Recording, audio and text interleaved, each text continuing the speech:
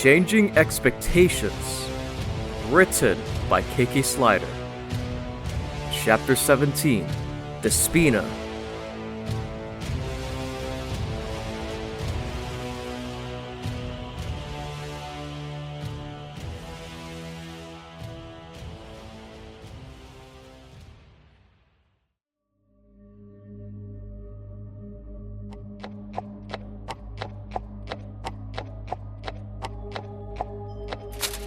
You are not authorized to enter the royal wing at this hour. The royal guard next to the door said to Officer Katydid. What are you talking about? I am scheduled to enter at this hour every 2 out of 3 days. Katydid replied. The royal guard paused for just a moment. The prince's lessons were cancelled due to... The ceremony? Katydid asked incredulously. Who told you that nonsense? Step aside. I am mandated by the queen herself to continue the tutelage of the prince. He wasn't, in fact. Chamberlain Eucharis had told him that lessons today were cancelled due to the ceremony, but Katydid wanted to see the prince immediately. Said Chamberlain was currently speaking with the top commanders of the swarm to organize the transition of power. Now, step aside. The royal guard, wanting to avoid the queen's potential wrath, stepped aside. Katydid wasted no time in opening the door and heading down the hall to Phasma's room. Katydid raised his hoof to knock, but decided he didn't want to risk Queen Chrysalis overhearing from the end of the hallway. Instead, he opened the door. He saw Prince Phasma, now High Marshal, curled up on his bed. Katydid shut the door softly behind him as he walked up to Phasma. He stood there for a moment, watching the nymph's chest rapidly rise and fall with his breathing. Phasma? He called out softly. He froze, then slowly sat upright, looking at the ground. Hello, Officer Katydid. I was under the impression that I had today off. Katydid frowned. You do, but... Phasma, what's wrong? Phasma sniffed. You know, I'm your boss now. Isn't that weird? Chrysalis just put me straight right at the top of the military in... Oh, damn it. I don't know the word for that. What I mean to say is that she didn't put me in charge of a squad to have me practice leadership skills. She just put me at the top. She hasn't even taught me any military strategy. Military what now? Who taught you how to swear? Phasma looked up at Katydid. Chrysalis says she wants a commander, but she trained me to be a prince. I didn't even think I'd get this far, yet here I am. With far more power than changelings who have been in the swarm their entire lives. They've got far more experience than I. Why am I High Marshal? No Ling has seen combat outside of the infiltrators, Prince Phasma. That's why you have this position. Getting assigned to the swarm just meant a cushy duty, filled with standing around. I don't remember the last time we had a breakthrough from the Underhive. Now, you'll make an army out of the layabelts I call equals. Phasma tilted his head at that. It's true, Katydid says. I bet if Chrysalis sent the swarm out right now, they'd just be that, a swarm. No tactics, no organization. Just chaos running rampant. He shakes his head. Against an actual military, we're hopeless. Only the infiltrators have any experience with combat, and that's mostly the critters they occasionally face out in the wilderness. Wolves, timberwolves, crocodiles, lions, ballwerps, sandworms, and so on. Sure, the swarm is trained to fight these too, but they only leave the hive on patrols. The last expedition into the other hive was at least 100 years ago. Phasma rubbed his muzzle. Why doesn't Chrysalis get her hooves on equestrian strategies? Why does she want me, who has no experience or training in fighting or strategy, to lead the army? It didn't take long for Katydid to come up with an answer. I think it's because she believes in you. You have met every obstacle with a determination and zeal few changelings can match. All I've done is take a few tests. And Katydid continued. she's not alone. We all believe in you, and hope is a powerful thing. As pony as it sounds, hope can mean the difference in war. The Hive doesn't have much at the moment, Phasma.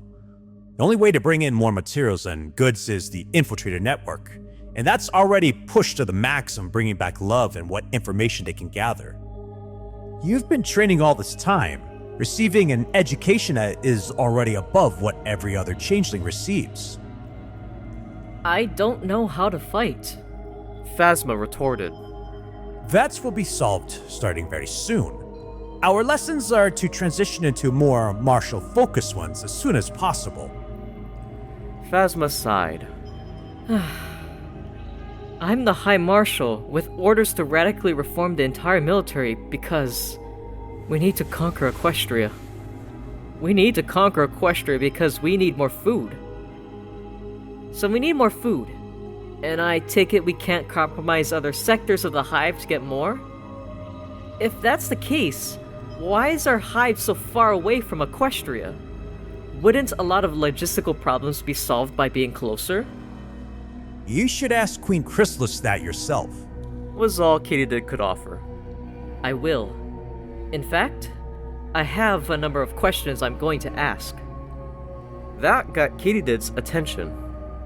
Oh, like what?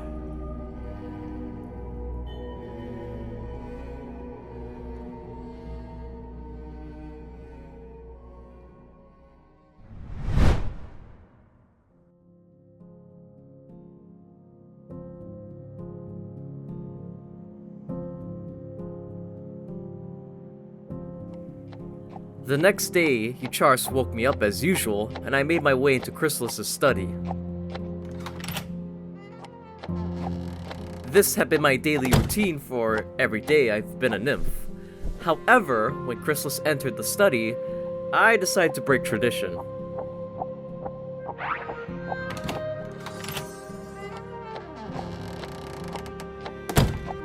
Prince Phasma. Queen Chrysalis. Before we start today's lessons, I have some questions I've been meaning to ask. Chrysalis raised an eyebrow. Very well, Prince Phasma. As long as this does not take too long, ask your questions. Best not beat around the bush, then. Where are my brothers and sisters? Chrysalis leaned back. I had thought that you knew the answer by now. Then let me rephrase. What killed my siblings? She smiled. Ah, now there's a question. Let me answer it with one of my own. Why do I hype your existence? I had to bite back a joke. This was serious, after all. In fact, I wasn't going to hold anything back. Because you killed them. Chrysalis frowned. Infanticide? Do you think so low of me, Prince Phasma? I did. I had feared the worst and that I would share their unknown fate. Hence me trying to clear this up. Then I should clear this up, as you put it. I did not kill my nymphs. When she didn't continue, I pressed further. Then what did? And why conceal their existence? I did not conceal their existence. I simply neglected to inform my subjects about topics they needed to know. A lie by omission. Is a valuable tool that you should use often. Chrysalis picked up, making me snort. How consistent of you. And you didn't answer my question. How did they die? Chrysalis rolled her hoof as she spoke. Worm attack, trading accident, crushed by falling rock. The list goes on. Those sound like awfully mundane deaths, considering the responsibilities and power you've given me. Changeling royalty make the best leaders. Before you, my predecessors and I maintain a policy of status quo. That meant princes and princesses were put in charge of security teams. The Underhive is very dangerous, you know. You expect me to believe that you go through princes and princesses like a pony goes through toilet paper? Come now, Prince Phasma. You undervalue your kin's worth. It's more like a pony goes to candles. My expression fell flat. At least she's being forthcoming with answers. Far more than I expected. I guess I can understand that. Wait, Wouldn't an expedition to the Underhive be the perfect opportunity to have me learn and practice leadership skills? To test my mettle? You're a High Marshal, Prince Phasma, not a SWAT leader. You are not as expendable as your predecessors. With the exception of dealing with noteworthy threats, the commander leads from the rear. You have a mind sharper than the fangs of any warrior I have encountered, Prince Phasma. I need a commander, not a drone. How eloquent. I expected more. I don't know. Intrigue? Betrayal? Rebellion? The Hive would never survive a catastrophe as tumultuous as a rebellion, Prince Phasma. Rebellion. What an alien idea. A pony dissents. A changeling obeys. Though, soon enough, ponies will obey too. I sighed. Right. As well as griffins, dragons. If they died like that, why not, I don't know, make them martyrs? They died protecting the Hive and all that. Because that would support the idea that we are mortal, Prince Phasma. A royal changeling is above concepts such as death. Best to let the memory fade, as well as the shame. I don't think I could tell you that none of this leaves this room. I thought over what she said. Chrysalis is far more laissez-faire with this than I expected. If she was telling the truth, at least. No vague threats, no ultimatums, no ominous one-liners. You are very happy today. Shit, there's that creepy Fang smile again. That shit's nightmare fuel. We grow ever closer to the promised day, Prince Phasma. Ah, there's the one-liner. Now that your curiosity has been sated, we will begin lessons. An important topic today, your final lesson in changeling biology. Love extraction.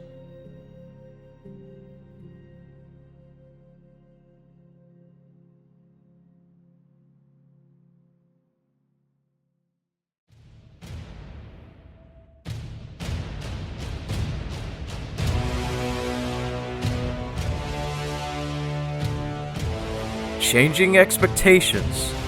Written by KK Slider. Chapter 18. Morpheus.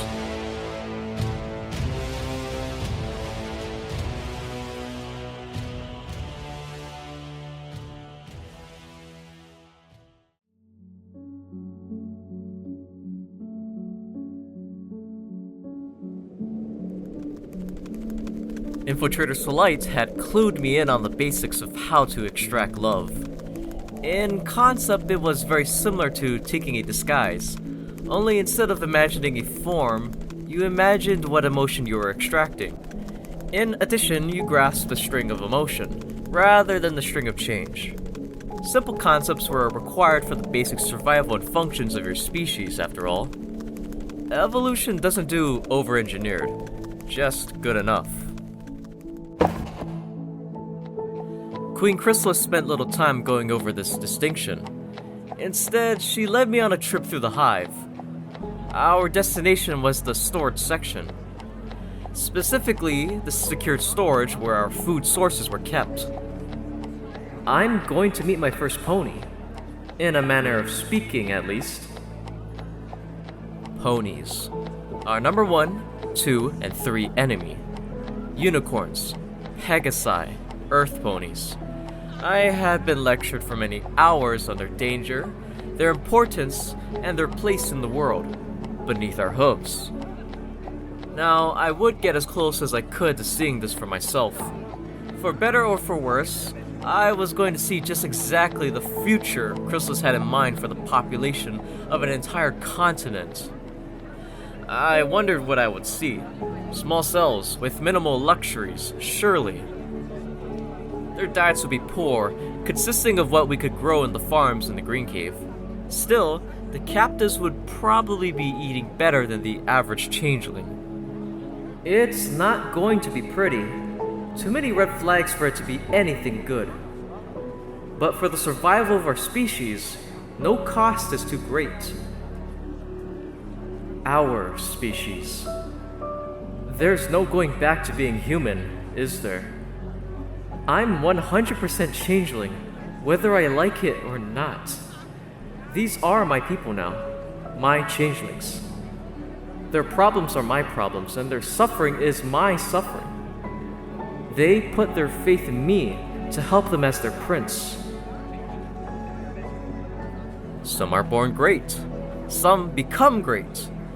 Some have greatness thrust upon them. Seems to be a case of the first and the third. We were close now. The ambient temperature of the hive was rising, and there were less changelings moving about in the hall. Those that were present were moving materials back and forth. Changeling concrete. I gotta come up with a name for that. The changelings just refer to it as hive gel, and that makes things confusing when our main foodstuff is also called gel. As well as said love gel, both transported in sealed jars. There were some other materials such as the scant piece of paper or a cart of different plants and lichen that had been harvested. As we passed the door labeled as Storage 012, my mind wandered to the first fang. Coxa will be back to working in one of these, if he is not apprenticed to an infiltrator. It should be easy to get in contact with him again, if he's back here. Lacewing 2. The Green Cave is not too far below the spire. I wonder what they're up to right now. Chrysalis stopped at a large door, flanked by 2 royal guards, who saluted as we approached. Wordlessly, their smooth curved horns lit up with a green hue as they opened the doors for us. I was hit by a wave of hot, stale air. Blue lighting filtered in stark contrast to the light green that most of the hive was awash in. The air was filled with sense of emotions. I knew one by heart, and others by study. The tang of happiness, the bitterness of anger, the zest of pride. I snorted air out of my nose to try to flesh out the scents. The air itself was a flurry of different tastes. I had no point of reference in my past life for this, but I recognized one taste. Love. My eyes became adjusted to the bright blue lights as we entered, and I saw the room before me. It was a large hive cavern, at least 100 hooves across and 200 deep. Periodically, large blue globs of moss hung from the ceiling, seemingly to almost drip from their hive gel mountings. Beneath each upside-down light was a sea of glowing green pods. Forms in each pod twitched, shook, or sat limp, their shadowed form revealed by the blue light. I saw the outline of ponies, yaks, sheep, cows, griffins, and more. There were at least 500 in this chamber, with the ceiling only visible in the spaces between the pods. The pods themselves had about a hoof of distance between each one. The room seemed to be half filled. Room for another 500 at least. The analytical part of my mind worked faster than the rest. Between the rows of the green pods, changeling drones filtered to and fro, checking on the status of each pod and its inhabitant. Occasionally I saw one carrying a large pot, sometimes weighing the changeling down as the drone buzzed down to the ground level where carts with pots were waiting. My stomach started to twist in on itself. So this is what it looks like. What we must do to survive. Yes, Prince Phasma. Chrysalis spoke to me. I realized I had said my thoughts out loud. This is the natural order of the world. We prey upon those beneath us. This is what awaits every pony in Equestria? I had to listen to myself speak, making sure my voice didn't crack.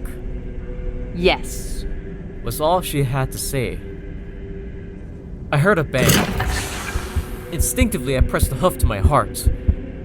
In the distance, a changeling was being berated for dropping an empty jar, which lay shattered on the floor.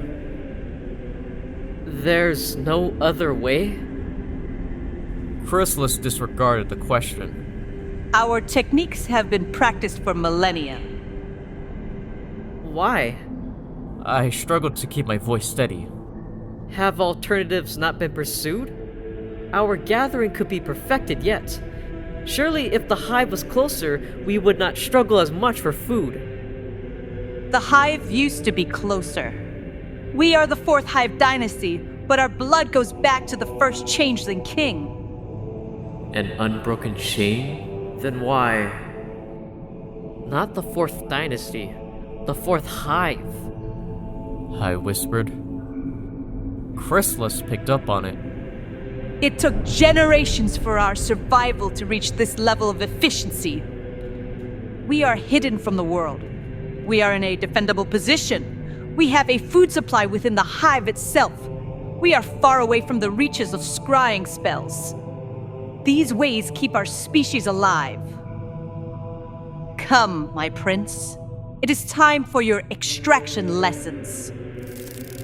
Her wings filtered out from their coverings and buzzed. She lifted from the ground, not bothering to look back at me as she took off. After a moment's hesitation, I followed. We flew to a pod near the center of the room where a changeling drone was waiting. When Chrysalis came close, the drone gave an upside-down bow as he stuck to the ceiling. My queen, this one here is ready for harvest.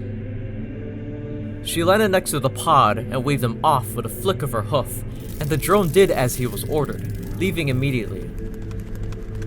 I came up behind her, steadily floating in the air. I could see the shape in the pod clearly now. It was a Pegasus, the blue light showing a huddled green form. Her hooves were pressed close to her chest. Her legs were half straightened beneath her. Now that I was close, I could pick out her emotions from the rest of the room. I tasted the sweetness of happiness, as well as the soothing blend of contentment.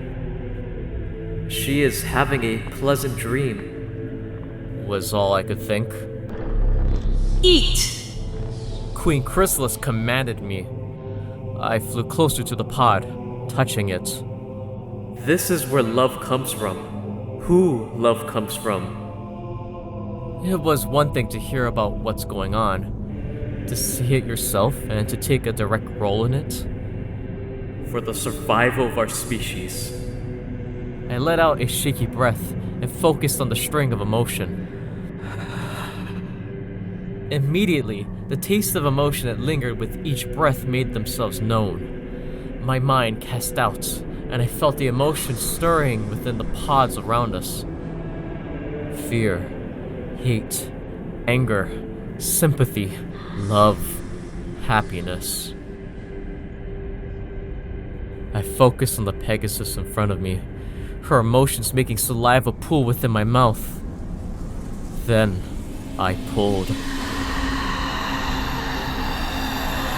Baker, why don't we got something as well? Don't ever let go. The Pegasus twitched in her slumber as tendrils started to weave their way through the green slurry she was interred in. When the tendrils reached the hard exterior of the pod, they pushed out, the blue light coloring them a pastel purple. An end to all our suffering.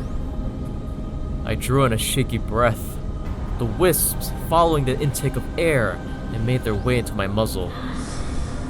I felt the familiar warmth embrace my whole body as my mind drifted. I let out a sigh of content and happiness as my worries melted away. I wobbled in the air as my balance was thrown off. A muted voice drew some of my attention back to the present. Chrysalis was speaking. Deposit in a jar for distribution. But this harvest is all for you. Chrysalis's words brought enough presence of mind for me to taste emotions once more. Close by, I tasted pain. The pony within the pot had stopped twitching. Her fur coloring seemed to be a bit faded, her breaths more shallow. For the survival of our species. A monument to all our sins. I somehow knew her dream was no longer weaving between clouds on a warm summer's day. She was dreaming of a winter's chill, a killer of the flower moon. A similar chill clutched my beating heart. This is the fate I promised to bring upon everyone outside of the hive. Is this how we will rule the world? Is there truly no other way? I can't believe this is the only way.